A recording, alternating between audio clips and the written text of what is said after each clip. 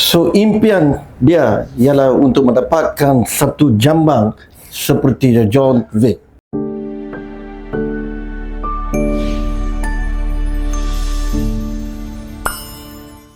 So hari ini mari kita lihat bersama, sudah 1 tahun.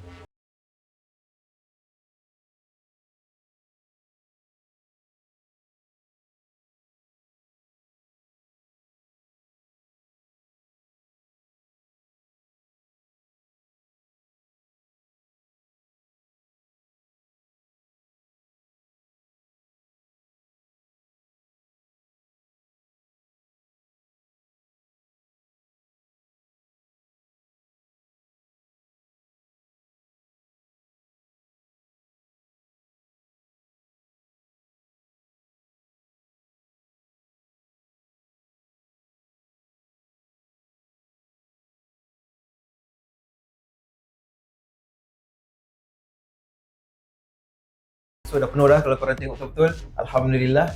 So apa yang Maris nak macam ala-ala John Wick tu, Alhamdulillah dapat. Dah dapat syuting untuk drama and projek-projek. Alhamdulillah, thank you so much Datuk. And pada korang semua, kalau korang nak buat jambang, jet transplant, jangan lupa datang dekat Tolojas. Memang best. Service power terbaik. Thank you so much Datuk. Alright. Thank you so much. No Terima kasih problem. banyak-banyak. Thank you so much. Alhamdulillah. Yeah.